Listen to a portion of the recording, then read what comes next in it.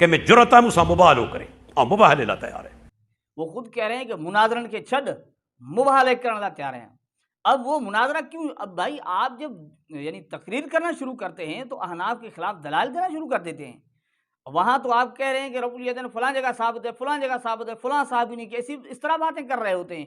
جب مناظرہ کی بات آتی ہے تو آپ کہتے ہیں نہیں مناظرہ میں نہیں کروں گا، مباہلہ کروں گا. تو یہی بات تو مولانا عبداللطیف صفدر صاحب نے کی کہ مناظرہ سے آپ راہ فرار کیوں اختیار کر رہے ہیں، اور مباہلہ کی جو دعوت دے رہے ہیں اس کا دلیل تو دیں کہ رفع الیدین پر کبھی مباہلہ کیا ہو. تابعین میں سے دلیل دے دیں اور مفسرین محدثین میں سے کوئی دلیل دے دیں کہ انہوں نے رفع الیدین پر کبھی مناظرہ کیا ہو. لیکن غیر مقلدین کی حالت دیکھیں، اب وہ جو نا مناظرہ ہو نہیں پا رہا. ویسے اب ان کا ایک اور انداز دیکھ لیں، بالکل ہی انجینئر علی مرزا کی طرح ان کا طریقہ کار ہے. انجینئر علی مرزا کیا کرتے ہیں؟ اپنے گھر میں بیٹھ کر بڑے دلائل دے رہے ہوتے ہیں، ہر چھوٹے بڑے مولوی کے خلاف، علماء کے خلاف باتیں کر رہے ہوتے ہیں. جب انہیں کہا جاتا ہے آپ سامنے آئے تو کہتے ہیں نہیں بڑے سے بڑا لاؤ، بہت بڑا لاؤ. بڑوں کو چھوڑ بھائی، آپ چھوٹوں کے سامنے بیٹھ نہیں پاتے. تو یہی غیر مقلدین کا طریقہ کار ہے. ویسے آپ کو بتاتے ہیں ہمارے پاس دلائل ہیں، احناف کے پاس دلائل نہیں ہے، احناف کے پاس کوئی دلیل نہیں ہے، رفع الیدین کا ترک ثابت ہی نہیں ہے. جب احناف کے پاس دلائل نہیں ہے، ترک بھی ثابت نہیں ہے، پھر آپ مناظرہ سے بھاگتے کیوں ہیں؟ اور مباہلہ کی جو دعوت دے رہے ہوتے ہیں اس کی تو آپ کے پاس دلیل بھی نہیں بن رہی ہوتی.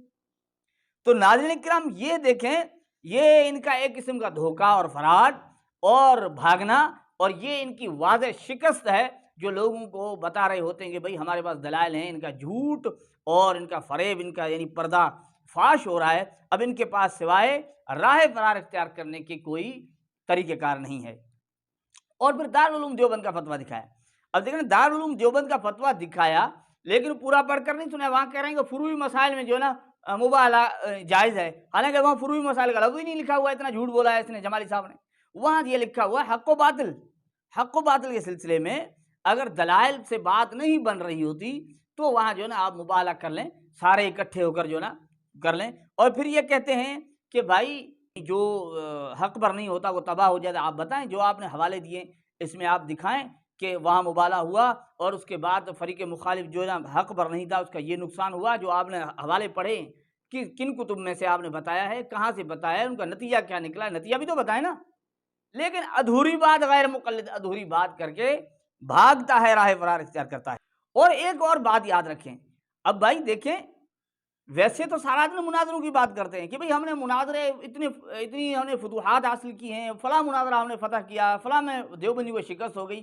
اب جب عبدالحفیظ کے پاس اور کوئی طریقہ کار نہیں ہے، یہ عبدالحفیظ سمو یہ بیچارہ مناظرہ نہیں کر سکتا، یہ اپنی طرف سے مباہلہ کی دعوت دے رہا ہے، بس اس کی بات کو دلیل بنا لیا. ویسے مجھے آپ کو کہتے ہیں کہ ہم کسی کی تقلید نہیں کرتے. اب عبدالحفیظ کی بات کو انہوں نے دلیل بنا لیا، ان کی زبان سے بات نکلی، ان پر جو نا لوہے پر لکیر بن گئی. اب یہ اس سے پیچھے ہٹنے کے لیے تیار نہیں کہ نہیں بھائی مباہلہ ہے، مباہلہ ہے. دلیل کا ہے، دلیل ہے نہیں، کہاں لکھا ہوا پتہ نہیں ہے، بتا رہے ہوئے جو نا کس کتاب کو کوئی پتہ نہیں ہے، حوالہ پورا پڑھ کر نہیں سنا رہے. یہ حال ہے غیر مقلدین کا. اور پھر ناظرین کرام ہم ان سے پوچھتے ہیں آپ کسی امتی کے فعل و قول کو دلیل یعنی ان کو آپ قطعیت کی دلیل سمجھ رہے ہیں کیا؟ بس کسی امتی نے کوئی کام کیا، فلاں بھائی ہمارے ثناء اللہ امرت سری نے مباہلہ کیا، اب یہ آپ کے لیے وہ دلیل بن گئی. اور پھر رفع الیدین پر کہاں ہے اس کا دلیل؟ رفع الیدین پر کوئی مباہلہ کی آپ کے پاس دلیل نہیں. اور ناظرین کرام اب دیکھیں ان کے دھوکے کا ایک اور انداز. انجینئر علی مرزا کے خلاف جب یہ بولتے ہیں تو انجینئر علی مرزا کو کیا کہتے ہیں کہ بھئی آ جاؤ مناظرے کے لیے، ہم مناظرہ کرنے کے لیے تیار ہیں.